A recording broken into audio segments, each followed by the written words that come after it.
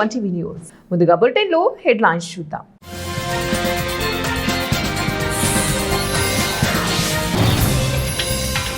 మేం యుద్ధానికి దిగం, క్రిమినల్స్ ను వదిలిపెట్టండి.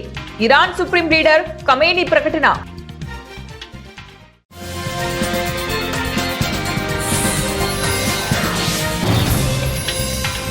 ఉక్రెయిన్ పై నిప్పుల వర్షం కురిపించిన రష్యా, 200 డ్రోన్లతో దాడి.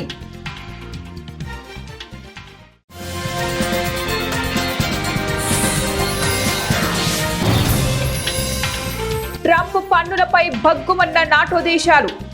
యుఏఈ ఫారెన్ పాలసీ చీఫ్ కాజా కల్లాస్ ఆగ్రహం. ఇరాన్లో అల్లర్లకు పాల్పడుతున్న జాతీయ, అంతర్జాతీయ క్రిమినల్స్ ను ఎట్టి పరిస్థితుల్లోనూ వదిలిపెట్టబోమని ఆ దేశ సుప్రీం లీడర్ ఆయతొల్లా అలీ ఖమేనీ అన్నారు. తాము యుద్ధానికి దిగబోమని, అదే టైంలో క్రిమినల్స్ ను శిక్షించకుండా వదలబోమని ప్రకటించారు.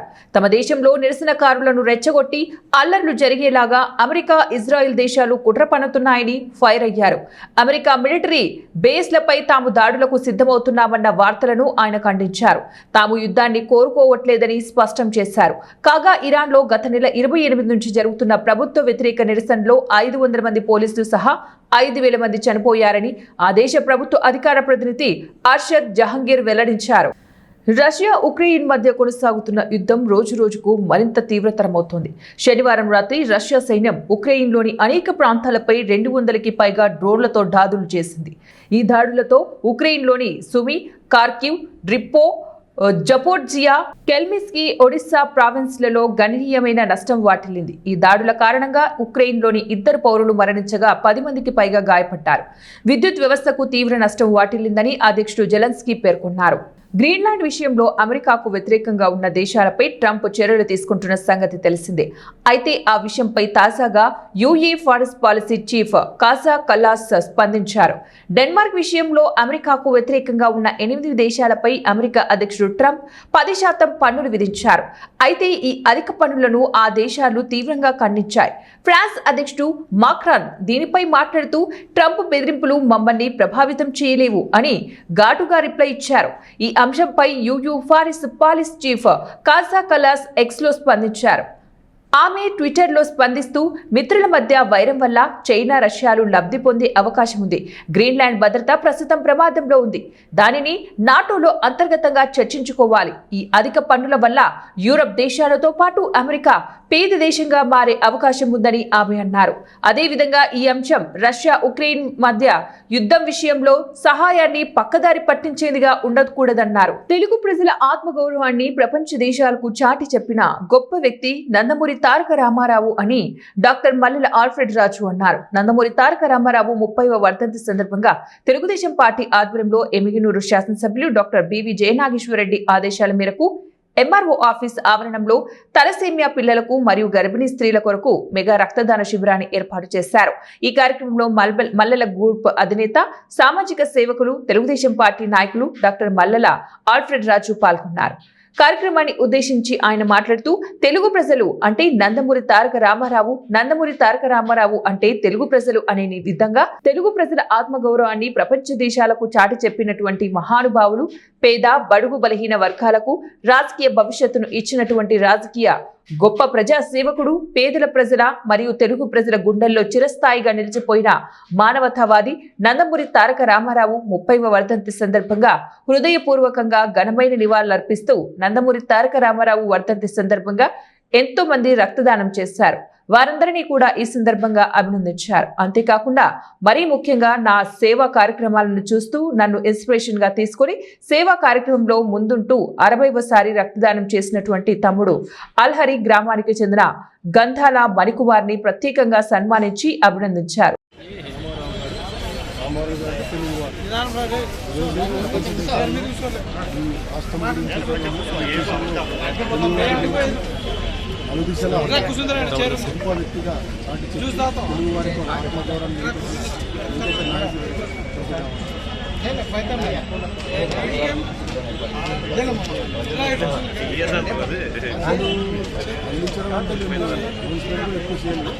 కానీ మండలంలో ప్రతి నాయకులు, గ్రామ స్థాయిలో ఉన్న నాయకులు వాళ్ళ ప్రోత్సాహంతో ఈరోజు విపరీతమైనటువంటి ఎందరో అభిమానులు ఇచ్చిన వ్యక్తులకి అందరిని అభినందిస్తున్నాను. అంతకంటే ముఖ్యంగా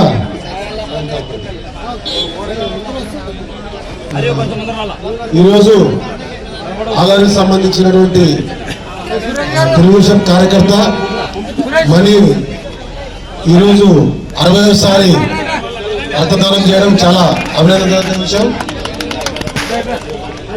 ఇలాంటి రక్తదాన కార్యక్రమాల్ని ఎన్నో సంవత్సరాల నుంచి తమ్ముడు చేస్తున్నందుకు తమ్ముడిని అభినందిస్తున్నాను. తమ్ముడితో పాటు ఈరోజు ఒక్కొక్కరు 38 సార్లు, ఒకరు 27 సార్లు, ఒకరు 15 సార్లు ఇచ్చి ఈ కార్యక్రమాన్ని జయప్రదం చేశారు. ఈరోజు ఈ 30వ వర్ధంతికి దానికి డబుల్గా తమ్ముడు 60వ రక్తదానం చేసినందుకు తమ్ముడిని అభినందిస్తున్నాను. ముఖ్యంగా ఈరోజు పెద్దలు ఎమ్మెల్యే శాసనసభ్యులు జగన్నాథ్ రెడ్డి గారు లేకపోవడము, ఆయన తరఫున తమ్ముడిని అభినందిస్తూ ఈ సన్మానం చేయడం జరిగింది. పేరు మణిబాబు మణి కుమార్ ఆలయవి. ఇది 60వసారి రక్తదానం చేయడము. ఇంకా పార్టీ బడుగు బలహీన వర్గాల ఆశీనులైనటువంటి వారికి ఎంతో వెన్నట్టుగా ఉండి ఆయన కోరుకున్నటువంటి కూడు కూడు నీరు అనే నినాదంతో పార్టీని ఎంతో పటిష్టమైన స్థాయికి తీసుకెళ్లిన ఘనత ఆయన స్థాపించినటువంటి పార్టీ టీడీపీ పార్టీ అనే సందర్భంగా తెలియజేస్తా ఉన్నాను. మరి ఈ సందర్భంగా వర్ధంతి సందర్భంగా 60వసారి నేను బ్లడ్ డొనేషన్ చేయడం జరిగింది. మరి దీనికి అంతటికి కారణం మా మల్లెల గ్రూప్ అధినేత మల్లెల ఆల్ఫ్రెడ్ రాజన్న గారు చూపినటువంటి ప్రేమ, ఆప్యాయత, ఆయన చేసినటువంటి సేవా కార్యక్రమాలు దీనికి నిదర్శనమని తెలియజేస్తా ఉన్నాను. మరి దానికి తోడుగా మా ఎమ్మిగనూరు శాసనసభ్యులుగా ఉన్నటువంటి బివి జగన్నాథ్ రెడ్డి గారికి కూడా మేమంతా ఆయన వెన్నట్టుగా ఉండి ఆయనకి తోడ్పాటుగా ఇస్తూ ఆయన సేవలు మేము కూడా పాలుస్తున్నాయి. ప్రపంచంలో తెలుగు జాతి ఖ్యాతిని సగర్వంగా చాటి సినీ రాజకీయ రంగంలో మకుటం లేని మహారాజుగా తెలుగు ప్రజల హృదయాల్లో ఆరాధ్య దైవంగా కొలువై సంక్షేమ పథకాల సృష్టికర్త, పేదల పెన్నిధి ఎన్టీఆర్ జీవిత చరిత్ర ఆదర్శప్రాయమని టీడీపీ అధ్యక్షుడు పిన్నమరెడ్డి యుగంధర్ రెడ్డి, క్లస్టర్ ఇన్ఛార్జ్ పన్నెం నిర్మల్ అన్నారు. వరదయ్యపాలెంలోని ఎన్టీఆర్ 30వ వర్ధంతి వేడుకలను యుగంధర్ రెడ్డి ఆధ్వర్యంలో ఘనంగా నిర్వహించారు. ఆయనకు ఘనంగా నివాళులు అర్పించారు. పేదలకు అన్నదానం చేశారు. వరదయ్యపాలెంలో ఎన్టీఆర్ విగ్రహం ఏర్పాటుకు ప్రతి ఒక్కరూ కంకణ బుద్ధులు కావాలని మాజీ టీడీపీ అధ్యక్షుడు నరసరాజు పిలుపునిచ్చారు. ఈ కార్యక్రమంలో మాజీ టీడీపీ అధ్యక్షుడు Jayachandra Naidu, Chalapathi Naidu, single window chairman Animutyam తదితరులు పాల్గొన్నారు. వారు ప్రత్యేకంగా మన మధ్యలో లేకపోయినా ఎప్పుడూ కూడా ఆయన చేసిన అభివృద్ధి కార్యక్రమాలు, పేద ప్రజలకు చేసిన సంక్షేమ పథకాలు అన్నీ ఒకే విధంగా చేశారు. అదే రీతిలో మా తెలుగుదేశం పార్టీ జాతీయ అధ్యక్షులు, ముఖ్యమంత్రి వర్యులు ఆయన భాషలో వస్తూ ఈ తెలుగుదేశం పార్టీని క్రమశిక్షణగా పార్టీ కార్యకర్తలకు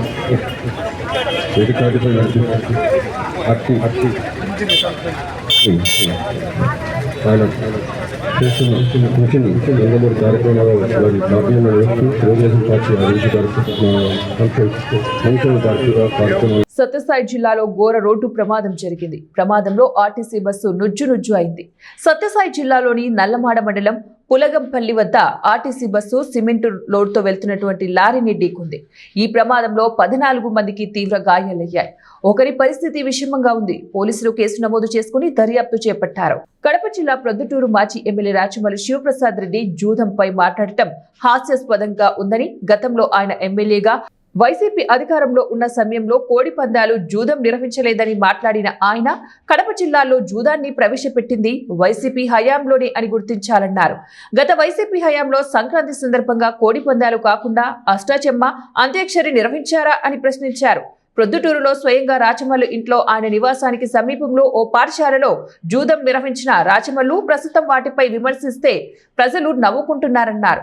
అదేవిధంగా ఆయన ఇటీవల విలేకరుల సమావేశంలో 1 టౌన్ సీఐ శ్రీరామ్ ను ప్రశంసించారని, ఇదంతా కేవలం బావమర్ది మున్సిపల్ వైస్ చైర్మన్ పాతకోట బంగారు ముడిరెడ్డికి 1 టౌన్ పరిధిలో ఎటువంటి ఇబ్బందులు లేకుండా టీడీపీ పార్టీలో ఉంటూ పోలీసులు వారికి అనుకూలంగా వ్యవహరించకపోతే ట్రాన్స్ఫర్ చేయించాలని వ్యక్తులతో ఆయనకున్న చీకటి ఒప్పందాల వలనే అని విమర్శించారు. గతంలో వారి పార్టీ అధికారంలో ఉండి ఆయన ఎమ్మెల్యేగా ఉన్న సమయంలో ఎమ్మెల్సీ రమేష్ యాదవ్ ను బెదిరించిన వారిని ఎందుకు అరెస్టు చేయించలేదని, నిజాయితీగా పనిచేసే ఏఎస్పీ చక్రవర్తిని బదిలీ చేయించడం, అప్పట్లో ప్రొద్దుటూరు 2 టౌన్ సీఐ ద్వారా ప్రతిపక్ష నాయకులపై తప్పుడు కేసులు పెట్టించిన ఆయన ప్రస్తుతం టీడీపీ పాలనలో పోలీసులు సమర్థవంతంగా విధులు నిర్వహించారని, ఇలా రహస్య మిత్రుల కోసం రాజకీయాలు చేయడం తగదన్నారు. ఏఎస్పీ చక్రవర్తి గారు ఉన్నారు. ఆయన నిజాయితీగా పనిచేస్తా క్రికెట్ బుకీల్ని నీ బామర్దిని కడపకు డీటీసీకి ఎత్తితే సజ్జల రామకృష్ణారెడ్డికి ఫోన్ చేసుకొని ఆయనను ట్రాన్స్ఫర్ చేయించినాం. మూడోది ఇబ్రహీం అనే సిఐని తొత్తుగా వేసుకొని నువ్వు చేసిన మా పైన పెట్టించిన అక్రమ కేసులు, అట్లే వ్యాపారస్తులను బెదిరించి నీకెవరైతే వ్యాపారస్తులు కప్పం కట్టకపోతే వాళ్ళని ఇబ్రహీంని అడ్డం పెట్టుకొని నువ్వు చేసిన చీకటి దందాలు, క్రికెట్, మట్కా, గ్యాంబ్లింగ్, గుట్కా ఇవన్నీ నడిపించుకున్నావు ఇబ్రహీం సిఐని అడ్డం పెట్టుకొని. ఈ 3 దానిలకు నువ్వు ఆన్సర్ చెప్పగలవా? కోడి పందాల గురించి మాట్లాడతావు. అసలుకు జూదం అనేదాన్ని పులివెందలకు పరిచయం చేసి ఫస్ట్ పులివెందల్లో స్టార్ట్ చేసిందే జగన్మోహన్ రెడ్డి గారు సీఎంగా ఉన్నప్పుడు. నువ్వు ఎమ్మెల్యేగా ఉన్నావు. పులివెందల్లో అప్పుడు ఉన్నటువంటి నాయకులందరూ కలిసి ఫస్ట్ ఈ కోడి పందాలు జూదాన్ని జిల్లాలో ఇంట్రడ్యూస్ చేసిందే వైఎస్ఆర్ కాంగ్రెస్ పార్టీ నాయకులు మీరు. నువ్వు మాట్లాడుతా అంటే జూదం గురించి ప్రజలు ఏమనుకుంటారో తెలుసా? వాళ్ళ ఇంట్లో జూదం ఆడిస్తే మేజులు తీసుకునే రాచమల్లా జూదం గురించి మాట్లాడుతానని ఆశ్చర్యపోతున్నారు. దొరసాన్పల్లెలో నీ ఇంటికి కూతవేటు దూరంలో ఒక స్కూల్లో జూదం ఆడిస్తా. ఆ రోజు ఎస్పీగా స్పెషల్ పార్టీ వచ్చి ఎస్పీ గారు స్పెషల్ పార్టీ రైడ్ చేస్తే ఆడ ఉన్నటువంటి అప్పటి ప్రస్తుత ఒక కౌన్సిలర్ పోలీసుల మీద తిరగబడి దాడి చేస్తే మళ్ళీ నువ్వు వాళ్ళందరినీ ఇంటికి పిలుచుకొని పోలీసు వాళ్ళకు లెక్కియాలని చెప్పి ఈ జూదగాళ్ళ దగ్గర నుంచి క్రికెట్ బుకీల దగ్గర నుంచి నువ్వు లెక్క వసూలు చేసి అది పైన ఎస్పీ గారికి ఇంత ఇవ్వాలా, డిఎస్పీకి ఇంత ఇవ్వాలా, సిఎల్కి ఇంత ఇవ్వాలా లెక్క తీసుకున్నావు. నువ్వు ఈరోజు పోలీసు వాళ్ళ గురించి మాట్లాడుతా అంటే ఆశ్చర్యంగా ఉంది. లెక్క పోలీసు వాళ్ళకని చెప్పి వసూలు చేసిన నువ్వు ఈరోజు పోలీసు వాళ్ళకు సెల్యూట్ కొడతాడు. దీనికి నువ్వు ఎమ్మెల్యేగా ఉన్నప్పుడు, జగన్మోహన్ రెడ్డి గారు సీఎంగా ఉన్నప్పుడు సంక్రాంతి దాదాపు 5 సంక్రాంతులు జరిగినాయి. 5 సంవత్సరాలు 5 సంక్రాంతి పండుగలు. 5 సంక్రాంతి పండుగల్లో యాన్యాన్ని కోడి పందాలు పెట్టలేదా? ఈస్ట్ వెస్ట్ కానీ ఎక్కడ భీమవరం అటు ఆడ కోడి పందాలు పెట్టలే. అప్పుడేమన్నా కుక్కల పందాలు పెట్టినారా? 2 కుక్కల్ని ఏమన్నా తీసుకొచ్చి కుక్కలకు తగిలిచ్చి ఏమన్నా కుక్కల పందాలు ఏమన్నా పెట్టినారా? లేకపోతే చిల్లా కట్టెనో, బారా కట్టెనో, తొక్కుడు బిల్లాలు ఇవి పెట్టినారా? అంటే అప్పుడు జరిగినది కోడి పందాలు కాదా? కోడి పందాల గురించి ఫస్ట్ ఒకటి తెలుసుకో. మీ అబ్బాల కాలమో మా అబ్బాల పెద్దోళ్ళ కాలం నుంచి ఎప్పటి నుంచో తెలుగు సాంప్రదాయం, అది సంస్కృతి సాంప్రదాయం, అది పెద్దలు పెట్టినారు.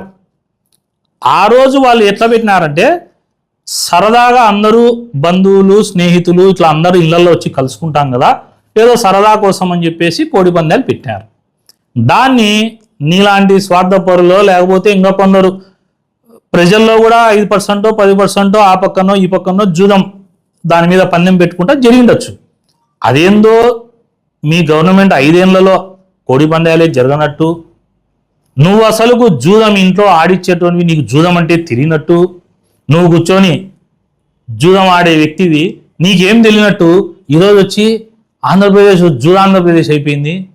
ఏదో ఒక దాంట్లో చూసినా దేవకనేలు వచ్చారంట యాడికి పొద్దుటూరుకు. మామూలుగా కన్నెతీర్థం ఇక్కడ ఉండేటువంటి దేవాలయంలో అన్నమయ్య జిల్లా కేవీపల్లి మండలంలో మద్యం సేవించి 2 మృతి చెందిన ఘటనపై DSP MR Krishnamohan press meet నిర్వహించారు. ఈ సందర్భంగా ఆయన మాట్లాడుతూ మద్యం మత్తుగా సేవించి ప్రాణాలు కోల్పోవడం బాధాకరమని ఆయన అన్నారు. ఘటనకు సంబంధించిన పూర్తి వివరాలు పోస్టుమార్టం నివేదిక వచ్చిన అనంతరం వెల్లడిస్తామని తెలిపారు. పీలేరు సర్కిల్ ఇన్స్పెక్టర్ కార్యాలయంలో జరిగిన ఈ ప్రెస్ మీట్ లో ఆయన ముఖ్య అతిథిగా పాల్గొన్నారు. ఘటనపై అన్ని కోణాల్లో విచారణ చేపట్టామని, మృతుల కుటుంబాలకు న్యాయం జరిగేలాగా చర్యలు తీసుకుంటామని డీఎస్పీ స్పష్టం చేశారు. మద్యం సేవించడం ప్రాణహానికరమని, అలాంటి విషయంలో అప్రమత్తంగా ఉండాలని ఆయన సూచించారు. పండక్కి అతను తర్వాత అతని స్నేహితుడు పుష్పరాజ్ అని ఇతను కూడా సాఫ్ట్వేర్ ఇంజనీరే, ఇతను కూడా బెంగళూరులో పనిచేస్తాడు. ఇద్దరు కూడా వడ్డపల్లి గ్రామస్తులే. నిన్న గ్రామానికి రావడము, గ్రామంలో వాళ్ళ యొక్క స్నేహితులైన అదే గ్రామానికి చెందిన స్నేహితులు మరియు వరుసకు బంధువులైన శ్రావణు, తర్వాత వేణుగోపాలు, అభిషేకు, శివమణి అని చెప్పి మొత్తం ఈ 6 మంది ఫ్రెండ్స్ నిన్న మధ్యాహ్నము 3:30 నుండి వాళ్ళు పండగ సందర్భంగా మద్యం సేవించి ఆ క్రమంలో వాళ్ళు దగ్గర 19 టిన్ బీర్లను, బడ్వైజర్ టిన్ బీర్లను సేవించడం జరిగింది. వీళ్ళు సాయంత్రం 7:30 వరకు ఈ మద్యం సేవించే కార్యక్రమంలో ఉన్నారు. తర్వాత వాళ్ళు అక్కడి నుంచి వచ్చే క్రమంలో ఈ మణి అనే వ్యక్తి ఆ గుట్ట దిగే క్రమంలో కొద్దిగా తూలి కింద పడ్డాడు. మళ్ళీ వాళ్ళ స్నేహితులు అతని పరిస్థితి బాగాలేకపోతే ఇమ్మీడియట్గా తీసుకొని పోయి కేవిపల్లి మండలం గర్నిమిట్ట గ్రామం దగ్గర గల ఒక ప్రైవేట్ డాక్టర్ దగ్గర చూపించడం జరిగింది.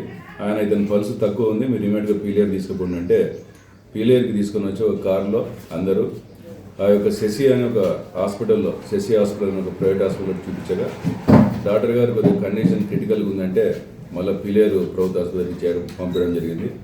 ఆ క్రమంలో అక్కడ ఈ మణి అనే అతను మరణించడం జరిగింది. తర్వాత అదేవిధంగా ఆ పుష్పరాజ్ అనే వ్యక్తి కూడా చనిపోవడం జరిగింది.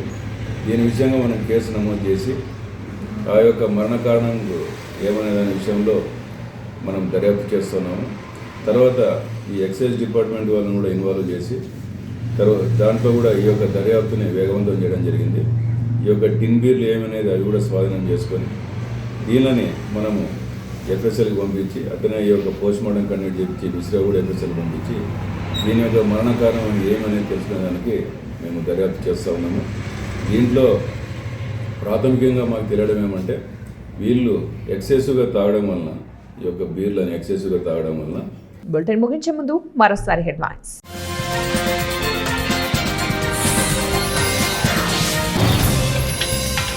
మేం యుద్ధానికి దిగం, క్రిమినల్స్ ను వదిలిపెట్టండి, ఇరాన్ సుప్రీం లీడర్ ఖమేనీ ప్రకటన.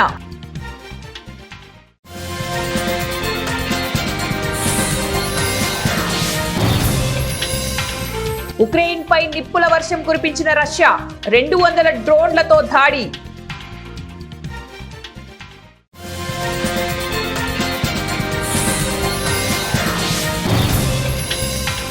ట్రంప్ పన్నులపై భగ్గుమన్న నాటో దేశాలు, యూఈ ఫారెన్ పాలసీ చీఫ్ కాజా కలాస్ ఆగ్రహం. ఇవి ఇప్పుడు బులెటిన్ డీటెయిల్స్. నెక్స్ట్ బులెటిన్ లో మళ్ళీ కలుద్దాం. Until then keep watching 1TV news.